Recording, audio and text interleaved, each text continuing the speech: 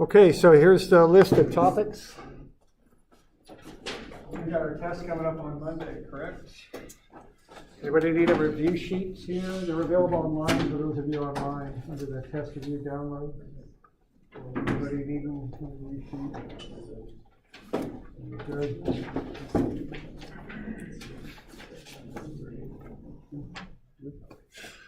All right, so 2D particle equilibrium and 3D particle. Whoop, I've got a little bit ahead there, or what? I want to back up here, maybe. Go back.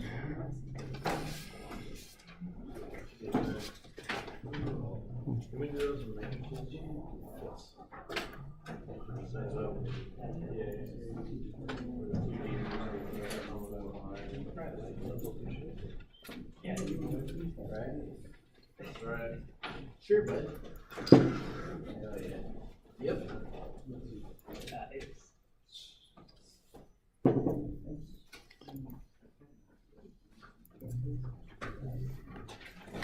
Okay, so what we did here, we broke 2D forces up into x, y, summed them up and got resultants, and then found theta, which is the arctangent of sum of fx over sum of fy. So we did that. We did 3D vectors. We did them with angles. We did them with double projections, and we did them with position vectors. Okay.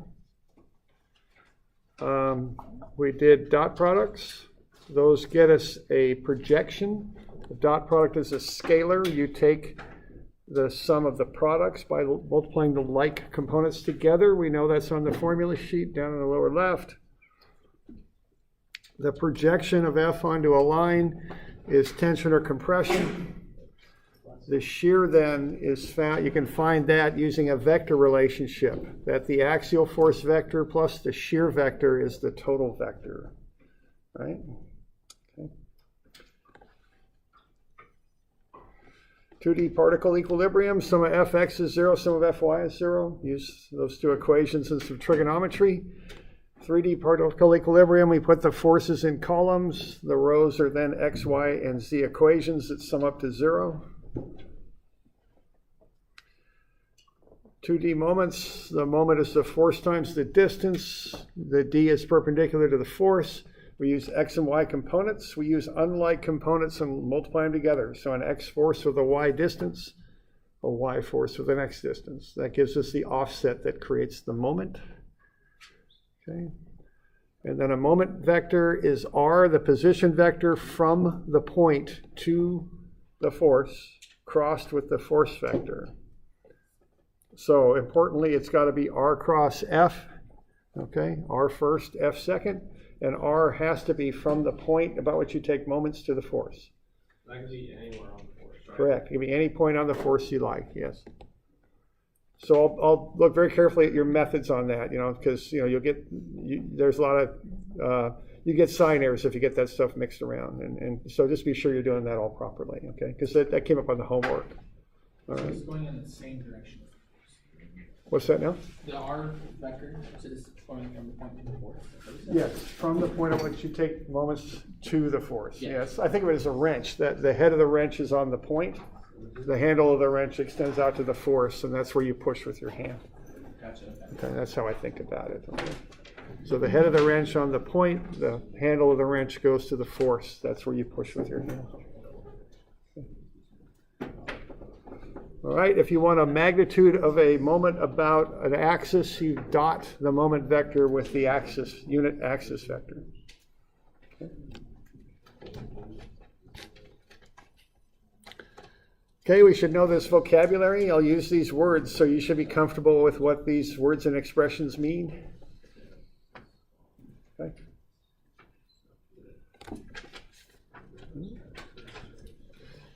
Okay, so first one are just some force kind of warm-up problems, calculating forces. Can you get that force figured out? If you saw something like that, you know what to do.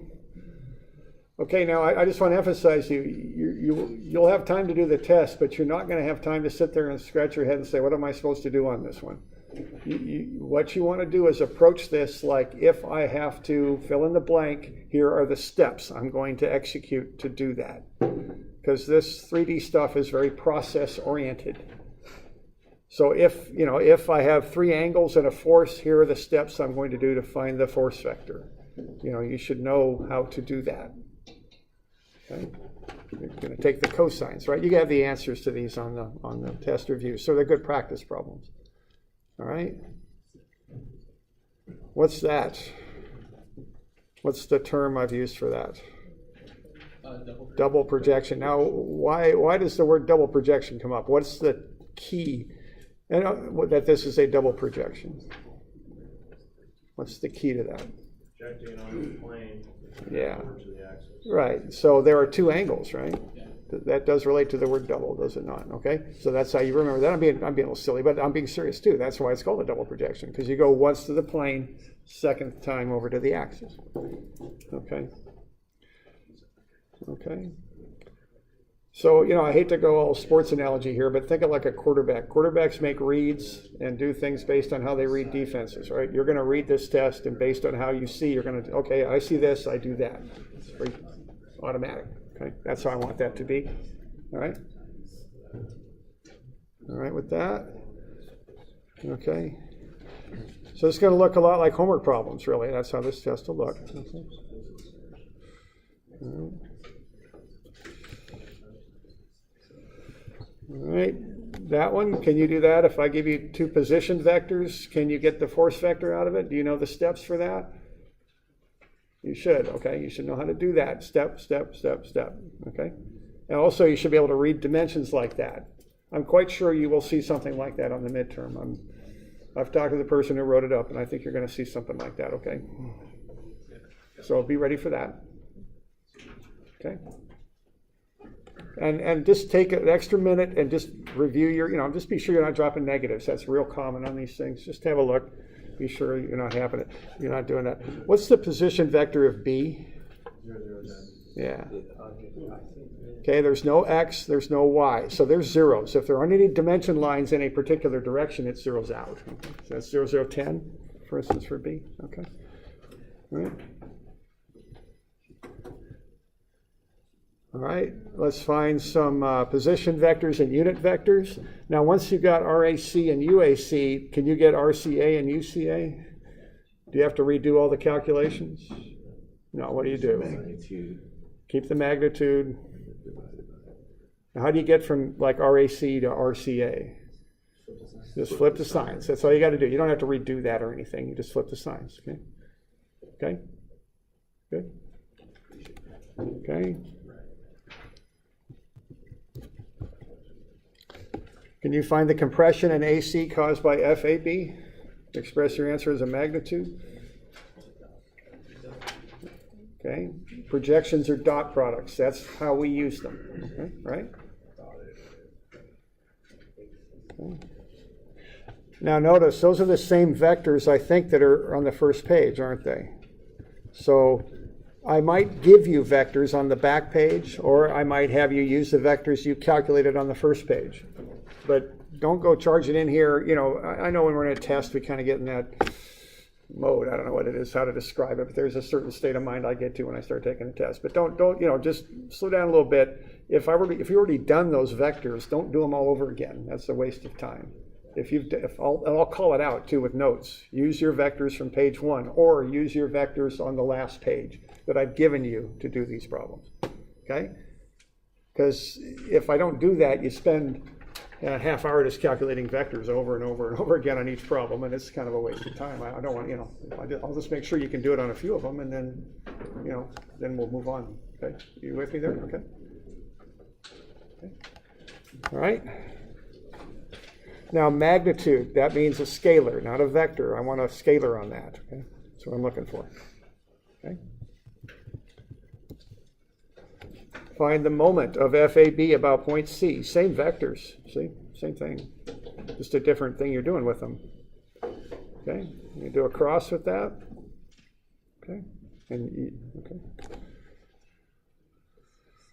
All right, so, that's pretty standard stuff. Be sure you can do a dot and a cross. You know how to do that and all that good stuff.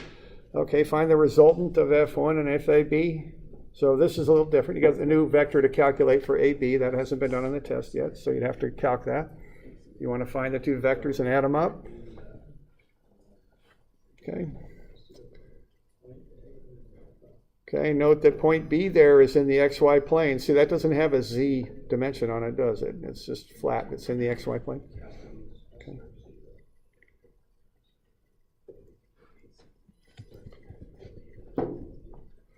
And then a 2D equilibrium problem there, using some trig.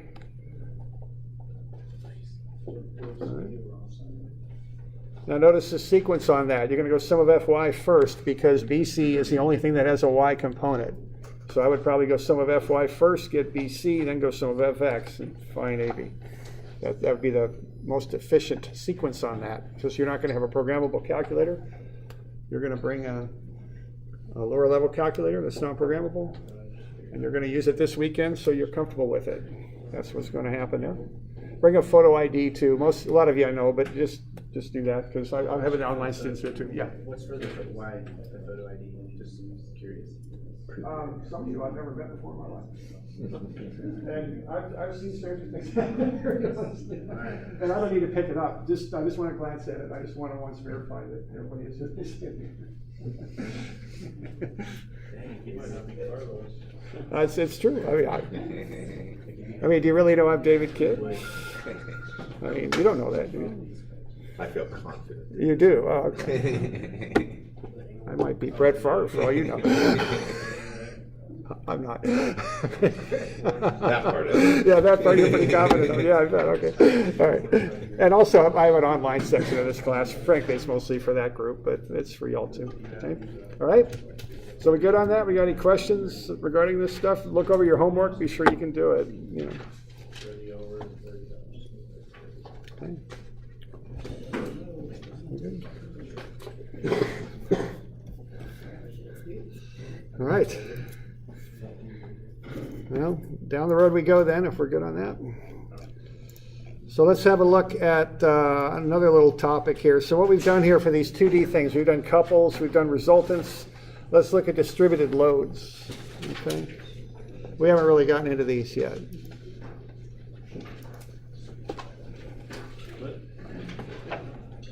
This is going backwards in the packet. I reordered how I do the class now, so it's back at page 340. 340.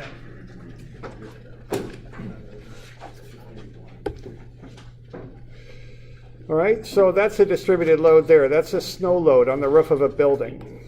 What that does is it introduces a force over an area, which is what a distributed load is. It's a force applied over an area, is what it is. So let's see that.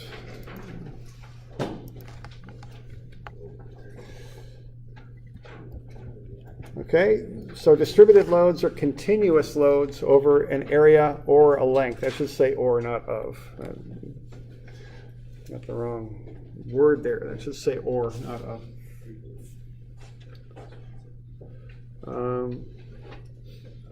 Or over an area. Oh no. Let's see. Yeah, area or length. Is that just going between 2D and 3D?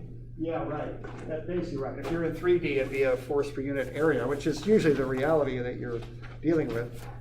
But often we'll break that down to a 2D problem where we make it a force per unit length.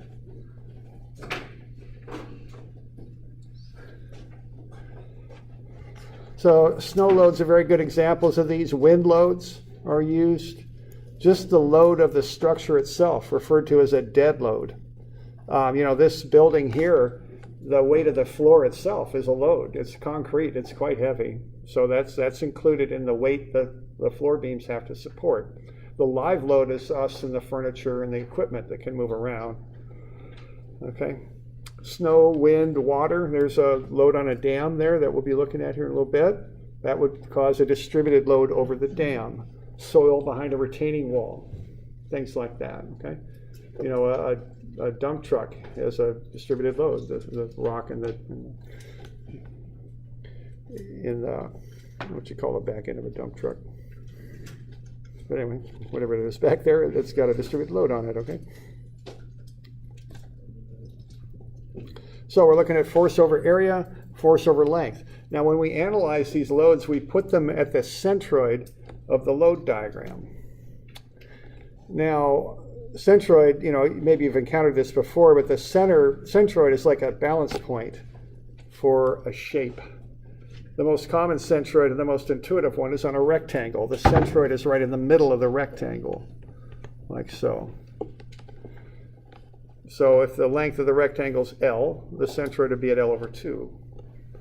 A triangle, a right triangle, the centroid is at what I call the third point, a third of the length back from the right angle. That's where the centroid of a right triangle is. So if I take a right triangle and I measure a third of the way back and a third of the way up, that's the balance point for that triangle. So if I make that out of a piece of plate and I flip it so it's standing horizontal, I put a pencil tip there on that centroid, it should balance there. That's the idea. Centroid is a balance point. Okay.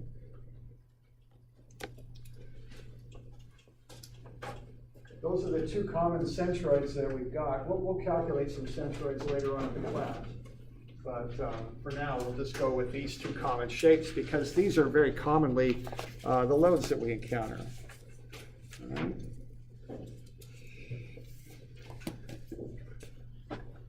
Okay, here we go. There's a shape with the centroid marked. If I take the shape, put the centroid on the pen, it balances. So that's the centroid. Okay.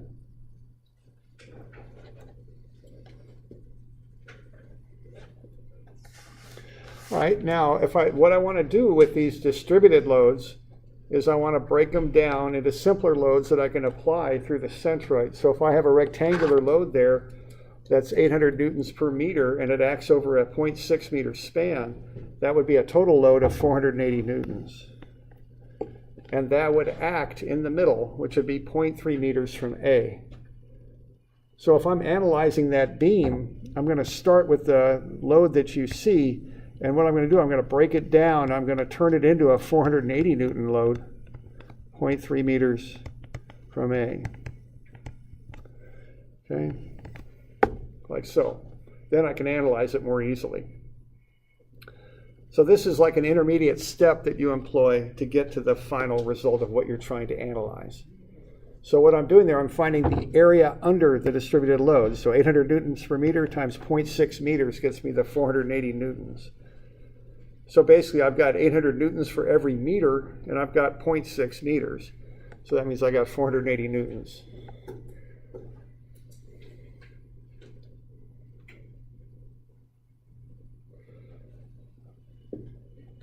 All right, now I've got a triangular load there. So the area under a triangle is 1/2 times the height times the base. So 1/2 times 2,000 times 0.6 meters, 600 newtons.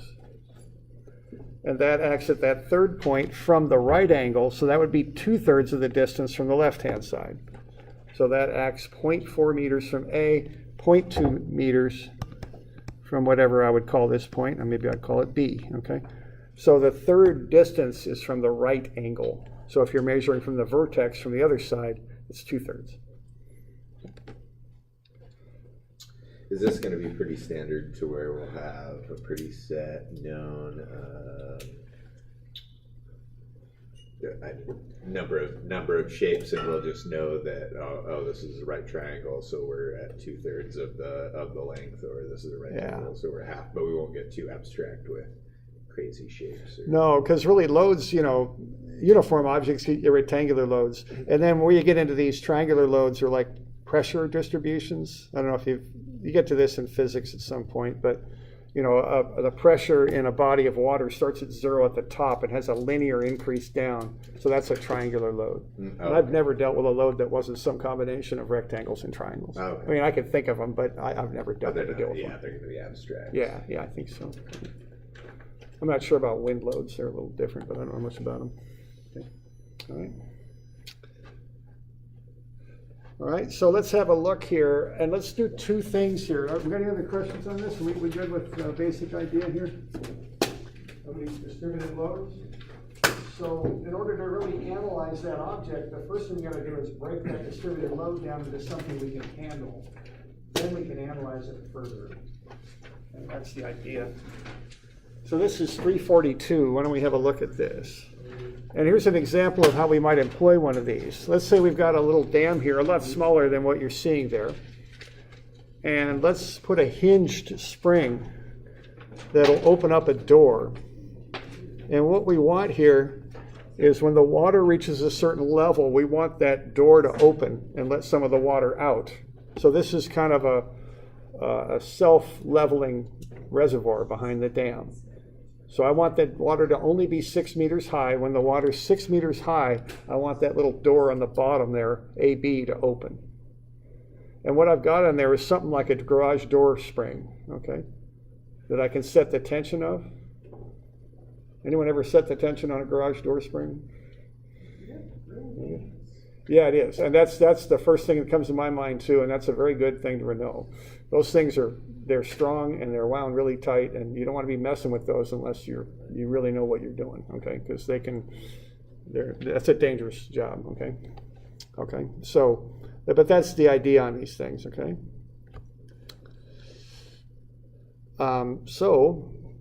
So I'm not going to mess with one of these, but we're going to have someone who knows what they're doing set this thing up, okay? And I'm going to try and figure out how I should ask them to set the spring so that this door will open, okay, when the height of the water reaches 6 meters. So we want to find the torque, the moment at which the spring should be set, and what the forces are at the hinges, okay?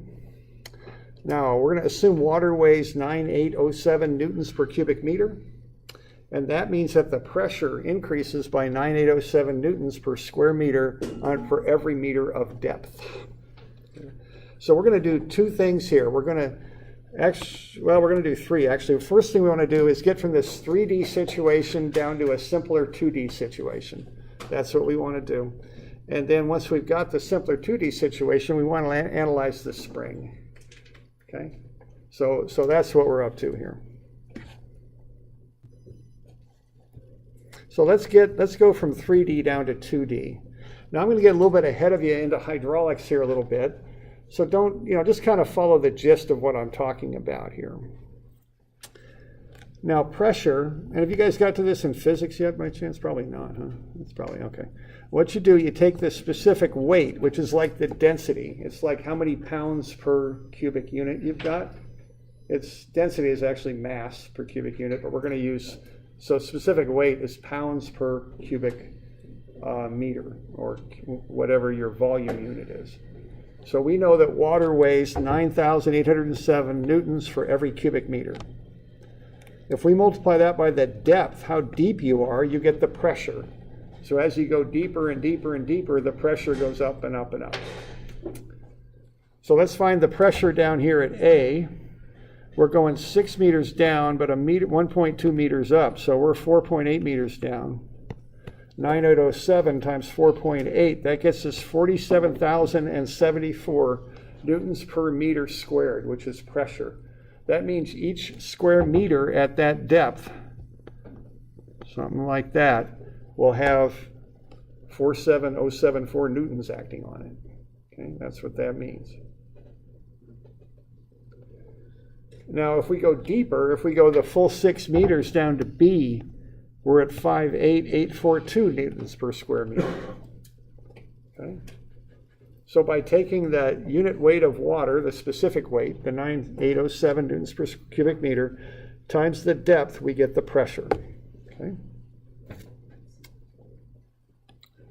So now what we've done, we've gone from newtons per cubic meter down to Newton per square meter.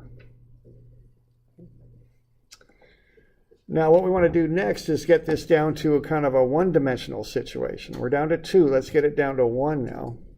And we can use the fact that the gate is 2 meters wide to get there. So if we have a pressure of 47,074 newtons per square meter down at A, and our gate is 2 meters wide, that means per meter we've got 94,147 newtons per meter of length running across the gate at that depth. Same thing for the 58,842. With our 2 meter wide gate, I can make that, double it up, multiply it by 2, and I'll get 117,684 newtons per meter. Those are instantaneous loads per unit depth is what they are. Okay. So you can integrate this then? Yeah, which is really what I'm doing. Yeah, and we're gonna find an area, yeah, which is an integral. Now I'm not gonna do a calculus-based integral so much. I'm gonna find an area is what I'm gonna do. There's no fancy curves where I need to do anything high powered with analytical calculus. Okay. All right. So we good? So we've gone from 3D down to 2D pressure by multiplying by the depth. Now we're going to multiply by the width of our gate, which is 2 meters, and that'll get us down to an instantaneous load there, okay, which is in newtons per meter. All right, so if I get a little free body diagram going of this gate, here's the whole dam, and I've got the pressure marked with that dashed line. 4.8 meters down, I get to point A. 1.2 meters down further, I get to point B. And what I have acting on that is a distributed load. Okay. At the top of the load is 94.1 kilonewtons per meter, and on the bottom is 117.7 kilonewtons per meter. So now I've got it down into a nice little one-dimensional type situation here. We're doing all right with that? Okay.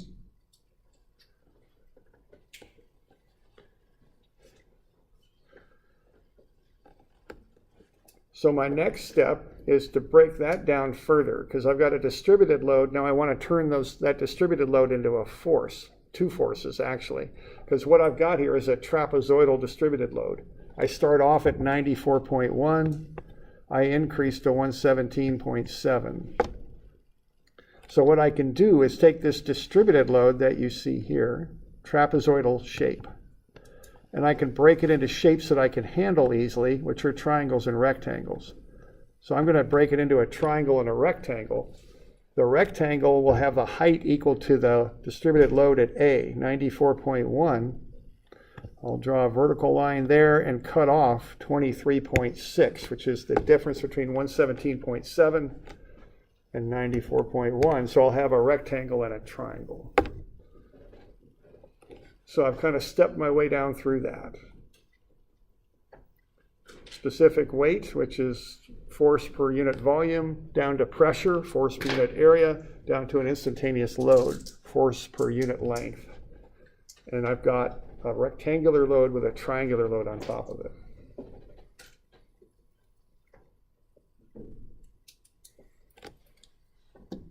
Y'all okay with that?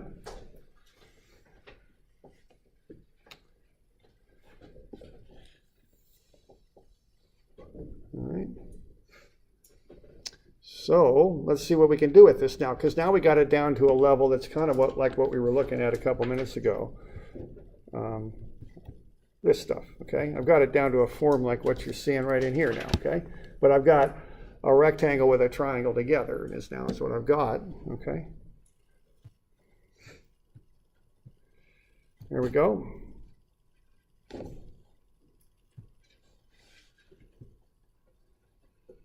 So what I'm going to do next is I'm going to break that down. So there's my distributed load, 94.1 and then 23.6. Those are kilonewtons per meter, and they act over that gate, which is 1.2 meters long there from A to B.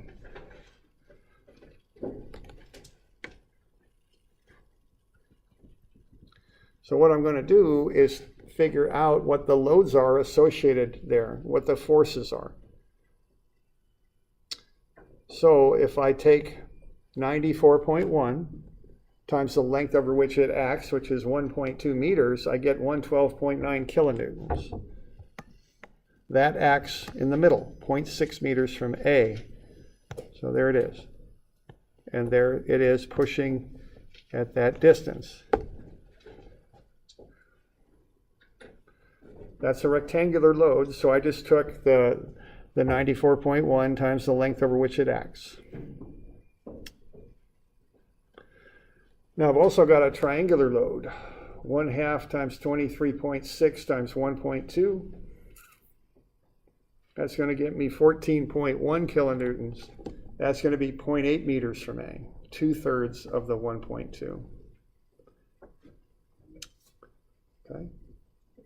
So I'm going to have, what I've done here is I've gone quite a few steps into this, haven't I? I started off with a dam with a gate in it, a 1.2 meter gate down there at the bottom.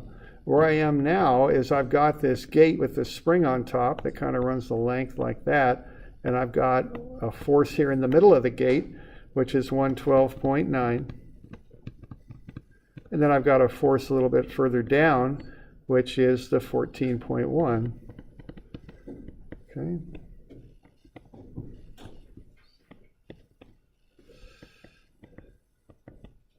That's 0.6 meters, and that's 0.8 meters. So that's where I'm at now. Okay. And this is point A up here. So now what I want to do is I want to figure out what is the moment about A that these loads cause. Okay. Okay. So to do that, what I'm going to do is take the 112.9 times 0.6 from A, and then the 14.1 times 0.8 from A, and those both go counterclockwise. They're positive, so I'll add them up. So what I got for the moment there about A is 79.1 kilonewton meters counterclockwise. So I'll have that expert, because I'm not going to mess with that spring, I'm going to have that expert set that spring so that it will open at 79.1 kilonewton meters. So when that net load reaches that amount, or creates that much moment on the door, I want the door to open. That'll let water out, and the level in the water will drop until the door has enough oomph on the spring to shut the door. Okay, that's how I'm going to do this. All right. The net force on the gate will just be the sum of the two forces, 127 kilonewtons. That's the force on the gate. So what I've done is I've gone from that picture of a dam up above, and I've broken it down to what you see right there on the left. So I've done quite a few steps here to get there, but now I've got it analyzed. Now I can design it. I can make sure that pin joint or whatever it is up at A is strong enough to hold the 127 kilonewtons, and I can set the spring so the door will open at 79.1 kilonewton meters. Okay. That's what I want to accomplish here.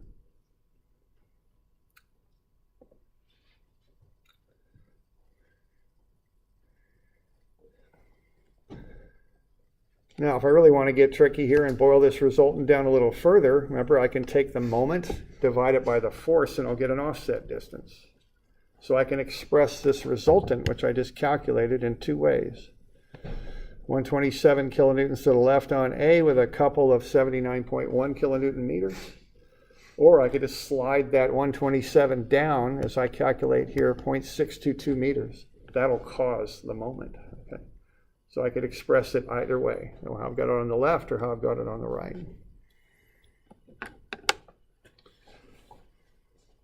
Okay. So there's an example of taking a 3D situation, getting it into a distributed load, breaking the distributed load down into point forces at given centroidal locations, and then calculating a resultant. So 1, 2, 3 to get it down to here.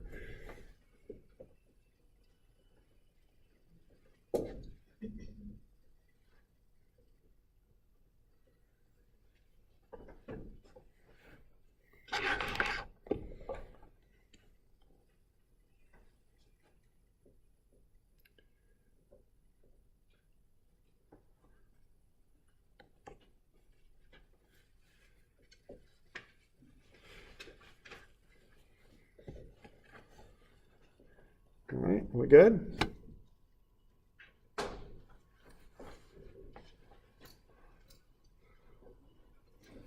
So let me just run through the steps here, because there's a lot of them, none of them are too complex in the mathematics, but there's some concepts floating around in here, I think. So let's kind of walk it through again. Okay. If I can get there. There we go. All right, so we got a dam holding back water. What we want to do is when that reservoir reaches a certain level, 6 meters above the bottom of the gate, we want the gate to open. We want that to happen just on account of the water pressure building up. Okay, so that's our goal. So we want to get that spring set so it'll open at a given torque. So what we do, what we're given, we know about water. That water weighs 98.07 newtons per cubic meter, okay? That's right up here, actually. So when I start with that, that's the specific weight is the term for that. Informally, it's known as density, but technically density is really mass per unit volume. So whatever you want to call it there, you take that number and you multiply it by the depth, and that will get you the pressure, which is a force per square area, per square meter. So as you go deeper and deeper, the pressure becomes bigger and bigger. At 4.8 meter depth, at the top of the gate, it's 47,074 newtons per square meter. At 6 meter depth at the bottom of the gate, it's 58,842. And that's what we got to deal with, is the pressure varies as you go deeper and deeper. That's why we have to go through all this rigmarole here. Okay. So that gets us into force per unit area, pressure. But we know that our gate is 2 meters wide. Okay. So we multiply that pressure by 2, and that will get us the force per unit length.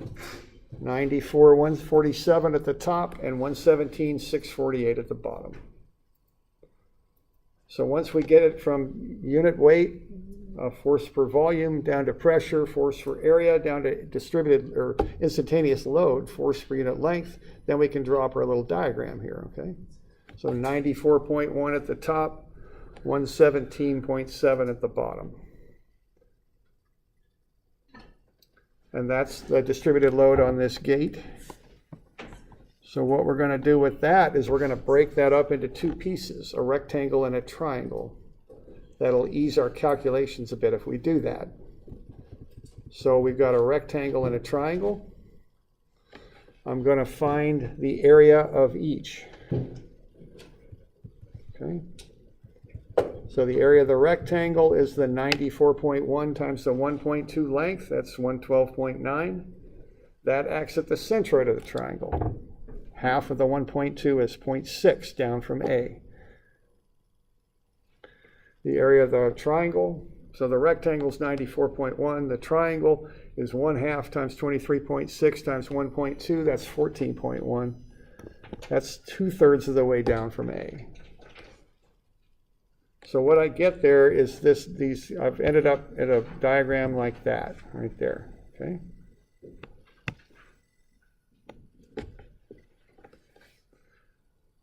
So that's how I work with the distributed load. Then once I've got that diagram, I can find the net moment about A. I just take the distance, the forces times how far they are from A. So I'm going to go 112.9 times 0.6 and 14.1 times 0.8. Add them together, I get 79.1 kilonewton meters. That's the torque about A. That's how I would set the spring at A, so that it opens when the torque or the moment, whatever you want to call it, hits that value. The net force at A is the sum of the two. The 112.9 plus the 14.1 is 127. So I took the original values, broke them down to a distributed load, then I do a resultant on the distributed load, and I get it to there. And there you go. That's the diagram that I'm going to work off right there. So I can build a strong enough hinge at the spring so it can withstand that, and I can set that spring so it opens at that level of moment. Okay.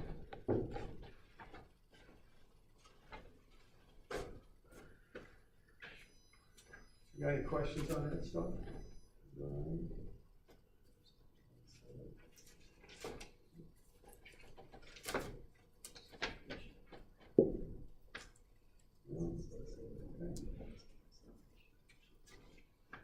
We got to do a couple of these, 241 and 242.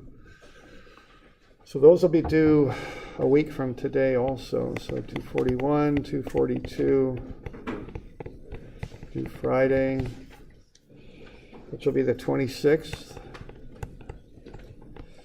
What else do we got due? Do we got 231 and 2? Is that right? And then 221? So that's just from memory. Is that pretty good? That's it, right? Oh, and also that little moment handout. We'll have you do that. Now do that before you take the test, because that'll get you ready for that, okay? Or not the moment handout, the 3D review handout. Okay?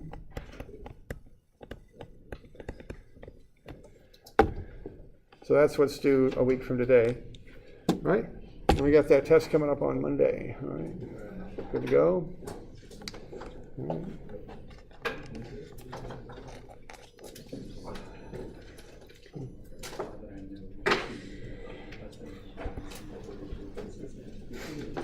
All right.